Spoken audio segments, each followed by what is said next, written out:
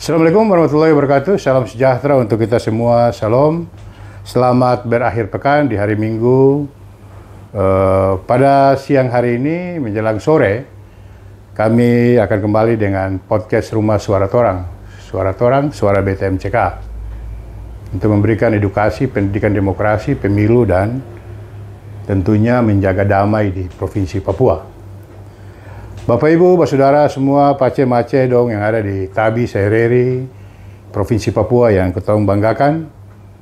Pada tema diskusi kita di podcast hari ini yaitu tentang intelektual, cendekiawan, akademisi, melihat bagaimana pemilu kepala daerah 2024 yang lalu, dan juga pemungutan suara ulang, dan tentunya bagaimana tanggapannya tentang BTMCK.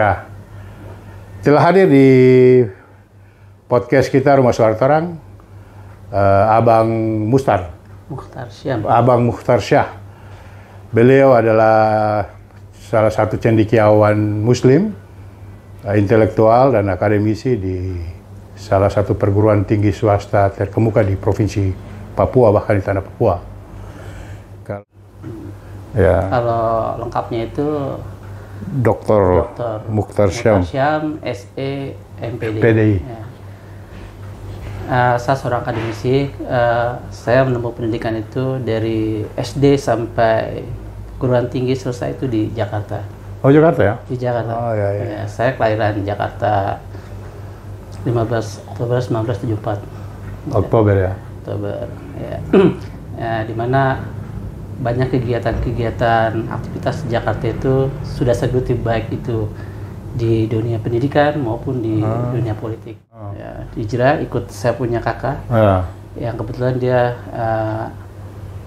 hingga hari ini dia menjabat sebagai Direktur Pasca Sarjana Uncen. Oh. Ya, saya dulu diajak ke tahun berapa itu? Kalau Direktur Pasca Sarjananya sejak tahun 2011 ya. 2011. Nah, tapi dia sudah lama di sini. Sejak tahun 80-an dia itu. Iya. Nah, jabatan terakhir Direktur Pasca Sarjana Universitas Cendrawasih, namanya Profesor Dr. Akbar Silo. Oh, Akbar Silo dulu KPU. Iya. Dulu KPU beliau. KPU Kota Jayapura. Ya. Angkatan pertama kalau nggak salah. Pak Lapona ya. Pak Lapona, Pak Dr. Lapona. Dia punya konco itu. Ya, saya diajak beliau, yuk kita bantu-bantu pendidikan yuk di Jayapura. Ya, bilang insya Allah. Okay. Ya, sekitar tahun 2010 saya mendaratkan kakinya di Jayapura, langsung diajak ke Uncen. Udah bantu-bantu di situ. Nah, sekarang beliau ini Pak Prof. Akbar Silo ada sebagai rektor di Universitas Selayar, Kabupaten Selayar. Dia sekarang rektor di Universitas Muhammadiyah. Di Selayar? Pulang kampung berarti?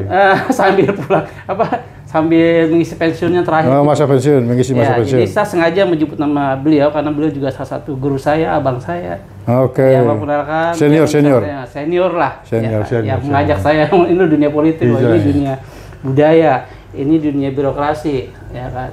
Ya, saya banyak belajar dari beliau. Ya, luar biasa. Jadi mentor saya, salah satu mentor saya yang ada di Papua, Jayapura. Kemudian saya tergabung di salah satu ormas, namanya Ormas Muhammadiyah Papua, DPW, ya, bersama Pak Partino, Prof. Partino. IPW atau DPW? DPW, pengurus wilayah. Ya, pengurus wilayah provinsi, sama Pak Partino diajak, yuk kita gabung. Saya menghidupkan Muhammadiyah di kaderisasi, agak lama juga, 1 periode. Kemudian saya menggeluti lagi dunia pendidikan, karena saya lebih mencintai dunia pendidikan beliau. Ngajar apa di? Banyak sekali, ada agama, kewirausahaan, ilmu pemerintahan. Ya, jadi cukup banyak saya yang tidak tahu sampai saya mengajar kebudayaan yang namanya itu etnografi Papua. Yang saya tidak tahu, notabene tidak tahu, akhirnya jadi belajar. Ya, kebetulan saya di prodi, program studi waktu di Uncen itu masuk ke prodi etnografi Papua ya. Antropologi sosial S2-nya, dan saya dapat istri di situ. Saya dapat istri di situ. Nah, sekarang istri saya itu sebagai pegawai BPMP ya. Hingga hari ini saya dikarenai anak 2 yang mereka sekarang sudah kelas 61, namanya Dina Aida. Yang kedua Hana Faida. Kemudian saya merambah lagi ke dunia-dunia yang lain. Masih kepada dunia pendidikan. Saya coba merambah di dunia kesehatan, di pendidikan, masuk ke Sadistikes, Sekolah Ilmu Kesehatan. Itu Ibu Maria punya yayasan di Sentani itu. Di Karapan, waktu itu di Karapan, sekarang pindah kampusnya di Pasar Lama ya. Nah, saya mulai mengenal namanya dunia lebih dalam lagi karena tidak hanya satu kampus, saya mengenal lagi dunia kesehatan dalam dunia pendidikan di Stikes bersama Ibu Maria. Itu cukup lama sampai saya pernah menjabat sebagai direktur Stikes pada waktu itu tahun 2017. Oh, jadi pernah pimpin Stikes ya? Pernah pimpin 1 periode, ya kan. Nah, setelah itu saya merambah lagi, coba-coba karena masih muda pada waktu itu, saya coba di Uniap. Uniap akhirnya diterima lagi mengajar di Fakultas Agama Islam. Ya, saya ada beberapa mata kuliah situ seperti kewirausahaan, seperti etnografi kehafisan. Ada juga saya belajar tentang filsafat dan sebagainya, banyak. Ya, kalau bicara apa sih background pendidikan yang utama gitu kan. Ya kalau latar belakang saya kan agama ya, karena S2-nya itu saya mengambil master agama Islam. Nah, saya alumni Universitas Uhamkah di Jakarta. Ya, kan. Seperti itu. Kemudian saya merambah lagi, tarik lagi oleh abang saya ke Uncen, udah bantu saya di kembali Uncen. Program doktor. Program doktor S3 karena dia mendirikan pasca tersebut. Pasca sarjana untuk ilmu sosial. Nah, kemudian dia kaprodinya saya diajak membantu. Lama juga, udah sampai 4 tahun situ, saya pindah lagi. Ya kan, terakhir saya masuk di Universitas Muhammadiyah Papua. Akhirnya situlah kayaknya ladang saya terakhir. Ya kan, sampai saya coba-coba masuk terjun ke dunia politik. Saya pernah menjadi caleg. Walaupun gagal, tapi ini saya tahu, ini loh politik. Langsung masuk pada sumbernya. Tahun berapa nyalek? Tahun ini, tahun 2024. 24 di partai apa? Waktu itu saya masuk di Partai Buruh ya. Oh, Partai Buruh. Partai Buruh, ada Pak Saharudin tuh. Ya, Pak Saharudin kan di provinsi. Pak Saharudin. Ya. Beliau juga relawan Nusantara. Beliau itu juga salah satu mentor saya yang memang menghajar saya di dunia politik. Ini loh cara berpolitik. Ya. Ini loh beliau kan selayar juga kan? Selayar, ada termasuk selayar. Ya lumayan dapat suara juga di atas 200.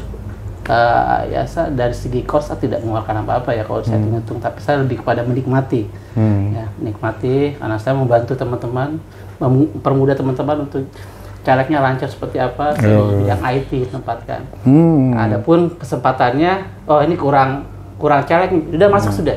Nah, jadi nyalek itu pada dasarnya nyambi, tapi saya bisa belajar di situ. Ada banyak hal yang saya dapati di situ.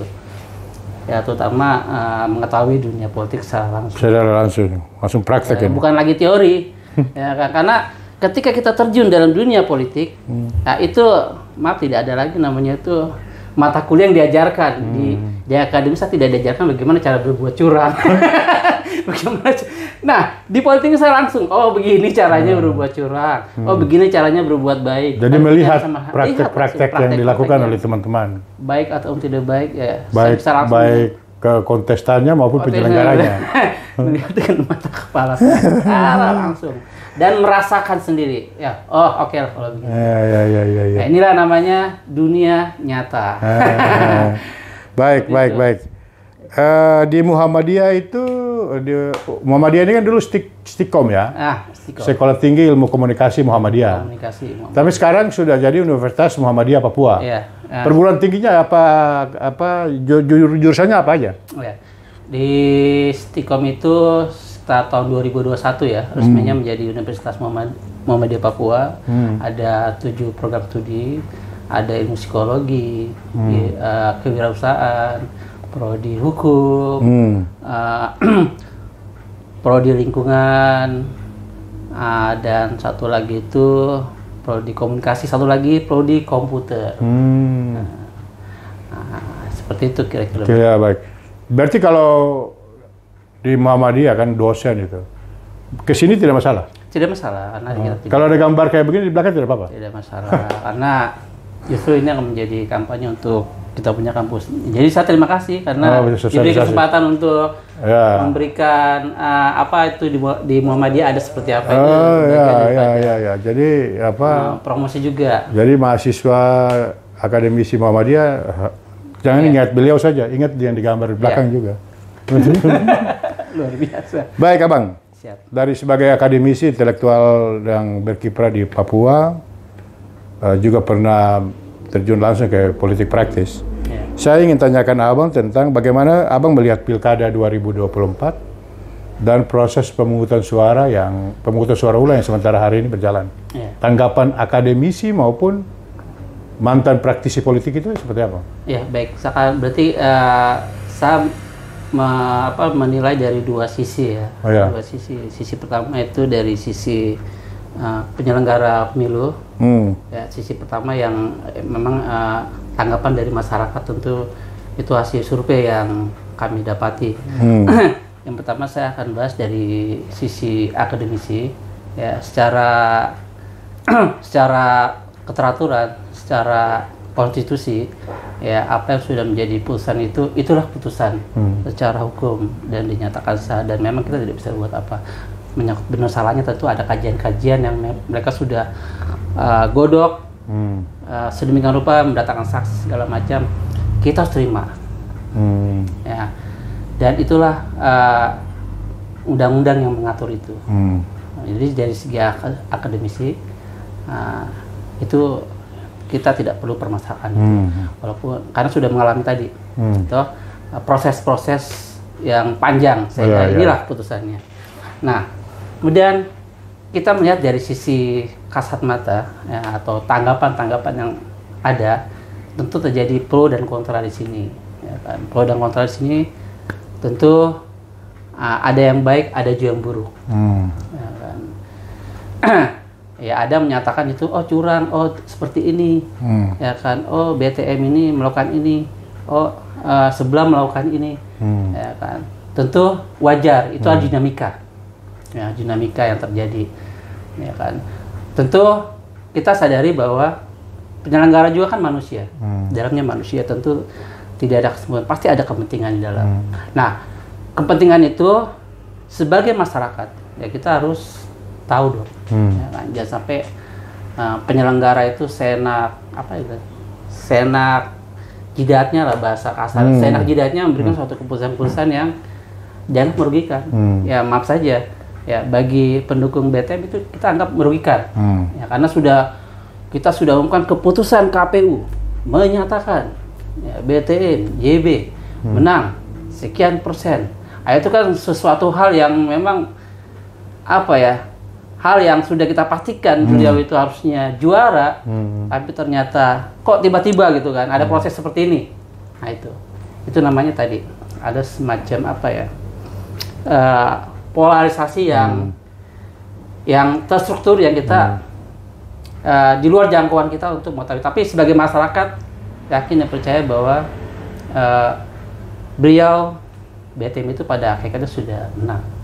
Ya kalau bahasa ininya kan kemenangan tertunda ya. Tinggal berapa bulan lagi?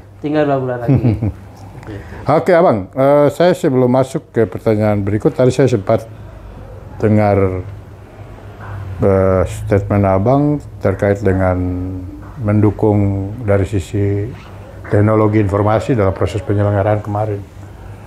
Dan juga sebagai dosen melihat berapa presentasi animo generasi milenial mahasiswa dalam pemilu ini.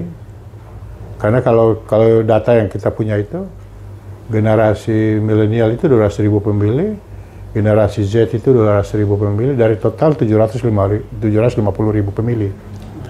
Abang melihatnya seperti apa? Apakah generasi ini, jangan sampai TPS sepi ini 6 Agustus, karena generasi ini kurang mendapat sentuhan dan sosialisasi. Atau pandangan apa, karena ada di tengah-tengah mereka di dunia kampus.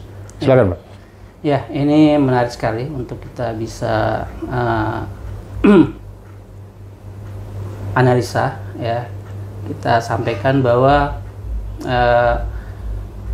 kami di akademisi itu tentu untuk melihat sosok pemimpin ya, tentu ada beberapa sisi yang kita nilai ya. Karena untuk mahasiswa khususnya itu kita anggaplah sebagai pemilih pemula. Walaupun statusnya mahasiswa tapi dia dinyatakan pemilih pemula. Tentu dia memilih itu melihat sisi daripada calon seorang pemimpin, dilihat dari sisi akademisi.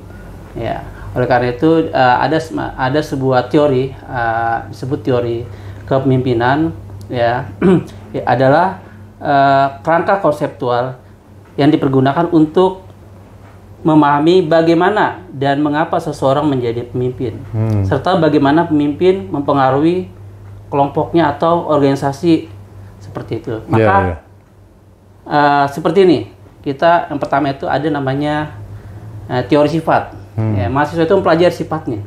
Ya, sifat kira-kira ada nggak sifat-sifat BTM itu seperti yang mereka rindukan. Ya. Karena seorang pemimpin itu tentu bukan melihat dia banyak uang, dia banyak harta, tapi melihat teori sifat yang pertama, yaitu seorang pemimpin dari sisi akademik kita pelajari dia harus memiliki sifat kecerdasan.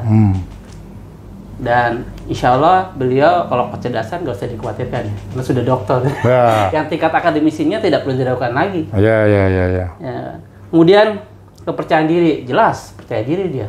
Dengan partai yang segelintir, tapi dia percaya diri, ya kan, dan dia siap maju, ya kan, dan itu dia sudah ramai itu ungkapan itu. Jadi kepercayaan diri itu, ini percaya diri, ya, sehingga siapapun lawannya, ayo, yang penting saya siap menjadi pemimpin. Jadi kepercayaan diri itu yang kita butuhkan. Jadi kalau pemimpin itu mencele, tidak punya kepercayaan diri, nggak usah sudah. Dan beliau untuk tingkat kepercayaan dirinya, insya Allah saat acungkan jempol. Ya. Kemudian dari integritas beliau jelas. Ya, integritasnya dia tidak mana-mana. Nah, dia dari dulu hingga hari ini tetap konsisten.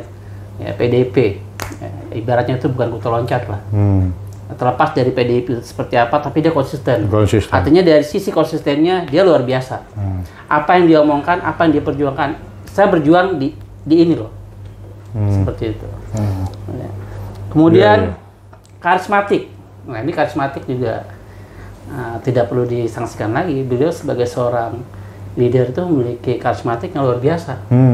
Ya kan, ketika kita melihat dia dari jauh, itu karisma dia sebagai seorang pemimpin itu sudah terasa, ya kan. Ada auranya. Ada aura, ya kan. Kan ada ini aura preman. Ini aura pemimpin. Ya kan. Kemudian yang terakhir dari sifat adalah keberanian. Ya kalau keberanian nggak usah dibicarakan lah. Dia sudah terjamin itu apa yang mau dihadapi. Dia siap. Ya kan? Nah itu dari sisi teori sifat ya. Kemudian teori perilaku. Ya, saya sambil baca ini. Ya. Ini penting ini supaya pemirsa itu juga bisa memahami. Sisi akademisi ilmiah, kajian ilmiahnya. Ya. Teori ini menyatakan bahwa namanya teori perilaku ya. Bahwa kepemimpinan dapat dipelajari melalui perilaku, bukan hanya sifat bawaan. Fokus apa yang dilakukan sebagai seorang pemimpin. Jadi tadi yang pertama kecendekiawanan. Gaya pemimpin itu ada yang disebut cendekiawanan. Ya. Beliau sebagai seorang yang intelektual tentang kecendekiawanan tidak perlu dikhawatirkan. Dia seorang budayawan. Cendekiawannya sudah tidak perlu dilakukan lagi. Dia seorang alim agamais ya, yang tidak perlu dilakukan lagi. Dia tahu itu yang mana yang salah, mana yang benar. Ya. Kemudian struktur tugasnya, beliau tuh saya lihat terstruktur dalam memimpin. Ya. Beliau itu mempercayai bawahannya untuk melakukan sebuah tugas-tugas. Jadi dia terstruktur. Ya, kalau dalam bahasa intelektualnya itu intuiting structure. Nah, seperti itu. Jadi menarik. Menarik sekali ya. Kemudian dari karakteristik pemimpin yang ideal. Nah, ini kalau menurut Islam ya. Menurut Islam. Jadi saya tidak mewakili Islam, tapi paling tidak pandangan secara umum ya. Ada kriteria dia ya, berdasarkan karakteristik pemimpin berdasarkan Islam yang ideal. Nah, ini penting sekali nih. Yang pertama, adil. Sejauh mana beliau sebagai pemimpin, dan tentu kita tahu lah ya di mana tak adilnya beliau. Nah, saya lama di kota ya, sejak periode pertama sampai periode kedua saya terus mengikuti perkembangan dari Bapak BTM ya, adil. Menurut saya itu sudah cukup adil. Ya, terutama rumah-rumah ibadah, di sini ada masjid, di sini ada gereja, dia lakukan. Yang penting untuk kepentingan masyarakat. Itu salah satu bentuk keadilan yang dimiliki oleh beliau. Itu poin utama bagi saya sebagai seorang Muslim, sebagai seorang cendekiawan Muslim. Oh, ini berarti bagus. Ya. Kemudian yang kedua itu amanah. Amanah artinya apa menjadi pemimpin, dia dipilih oleh rakyat. Ya. Kemudian seberapa amanah dia, banyak amanahnya. Ya, kalau dia tidak amanah nggak mungkin sampai 2 periode. Dipercaya. Ya kan, bahkan saking dipercayanya kami siap dukung dia itu sampai menjadi gubernur. Amanah. Jadi soal amanah tidak perlu disaksikan lagi, dia itu selalu membawa kepentingan rakyat hingga hari ini. Gitu kan.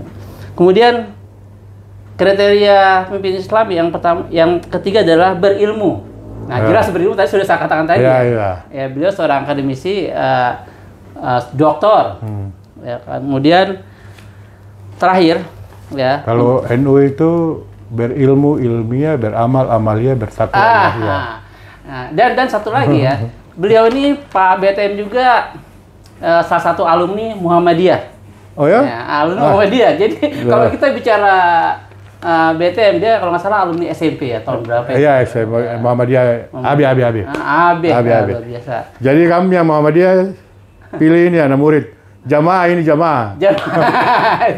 Makanya dia kalau setiap ada pertemuan itu selalu Muhammadiyah, saya punya tempat. Ya kan? Jadi luar biasa kalau soal itu tidak diragukan lagi. Berilmu. Ya. Baik. Terakhir ya, yaitu bijaksana dan musyawarah. Nah, ini kelebihan beliau ya. Dia itu adalah seorang yang sangat bijaksana. Menurut saya bijaksana lah. Kenapa bijaksana? Karena beliau mau mendengar. Ya, mendengar apa menjadi keluhan masyarakat, walaupun secara tidak langsung, tapi mendengar. Ya, pemimpin yang baik adalah yang mau tahu apa yang diderita oleh masyarakatnya. Dan beliau bukan hanya bijaksana, bijak sini, bijak di mana-mana. Bijaksana, bijak sini. Dan bijak di mana-mana. Luar biasa. Bijaksana. Dan terakhir dia orangnya siap bermusyawarah. Ada pemimpin itu otoriter, tidak mau bermusyawarah. Ya kan.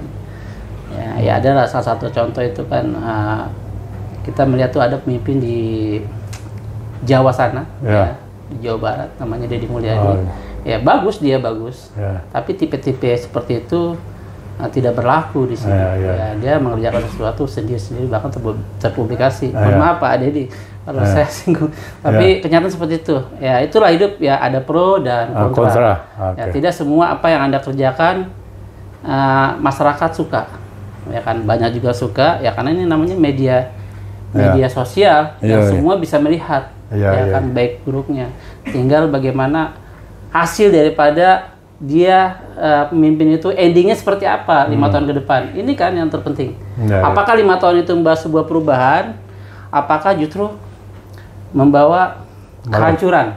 Ya kan. Jadi seperti itu. Baik. Luar biasa ini kriteria-kriteria yang akademis, ilmiah, terukur dan sistematis. Bang, saya mau tanya dulu sebelum kita sudah mau masuk di penghujung ini. Andaikan BTMCK terpilih dan kita berharap beliau berdua terpilih dan layak untuk itu, apa harapan Abang sebagai akademisi intelektual muda dan juga praktisi di dunia pendidikan? Di dunia pendidikan Papua dalam kepemimpinan BTMCK 2025-2030 mendatang. Silakan Bang. Baik, terima kasih. Harapan saya sebagai akademisi maupun pribadi, mudah-mudahan beliau terpilih. Ya. Amin.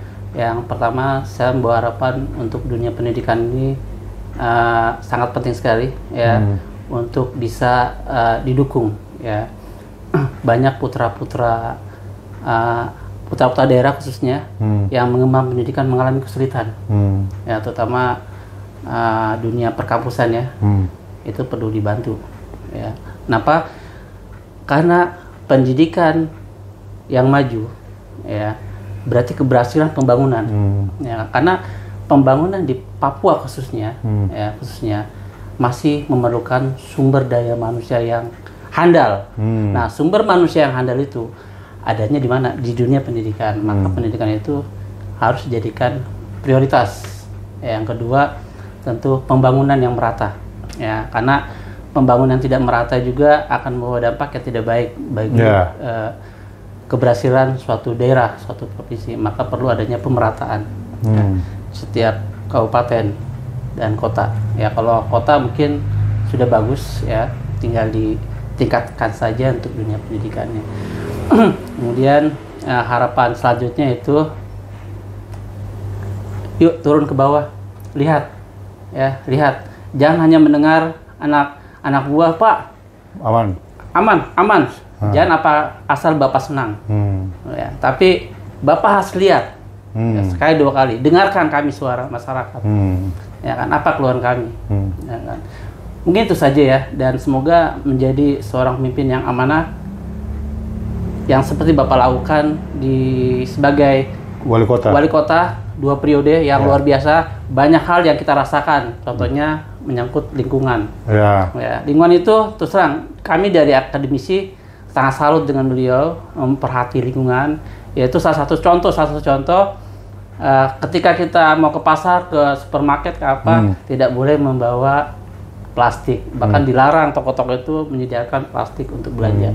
Harus pakai, itu diikuti oleh semua wilayah, Pak. Itu berarti Bapak sudah menjadi semacam ikon tersendiri untuk mengembangkan lingkungan yang luar biasa. Karena kalau bicara lingkungan, Pak, ngeri sekali bicara sampah. Demikian, mengembangkan lingkungan lebih baik. Terima kasih. Baik, terima kasih. Saudara semua di Tabi dan Sereri, penonton podcast Rumah Suara Terang. Kini kita masuk di penghujung acara kita, dan sebelum kami menutup acara ini, acara podcast pada siang hari ini, kami silakan Bang, mungkin ada closing statement-nya. Ya,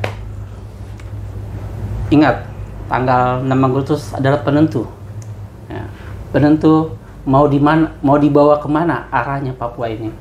Apakah dibawa menuju yang terbaik atau terburuk atau terapa? Dan saya berharap itu menjadi arah lebih baik ke depan dengan pemimpin yang adil, yang sudah teruji, terukur dan tepat sasaran, ya. Karena seorang pemimpin itu harus teruji. Kalau belum teruji, ya nanti dulu. Tapi kalau beliau, insya Allah BTM sudah teruji bersama pengalaman yang ada, dia tahu wilayah. Ya, ditambah dengan wakilnya Bapak Kostan Kama yang juga sudah memiliki pengalaman yang luar biasa di dunia pemerintahan, tidak bisa kita kesampingkan ya.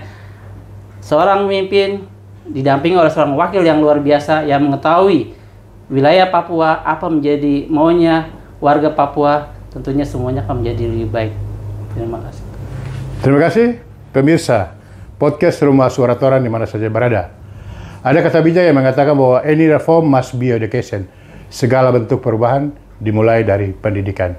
Inilah suara dari kampus, inilah suara dari kelompok intelektual kaum muslim yang juga hidup berdampingan dengan saudara lain Tabi Sereri di Kota Jayapura, Provinsi Papua.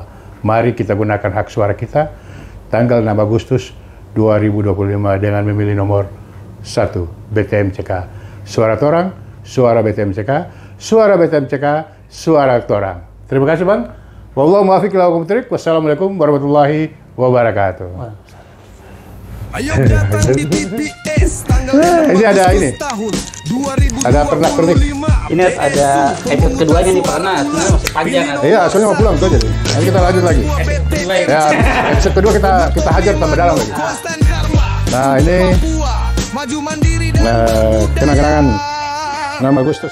Jangan lupa tanggal 6 Agustus. Nomor 1. Terima kasih. BTMCK sederhana, nasionalis dan merakyat. Oke. BTMCK Rumah Suara Torang, gubernur dan wakil gubernur pilihan rakyat Papua. Bersama RST Rumah Suara Torang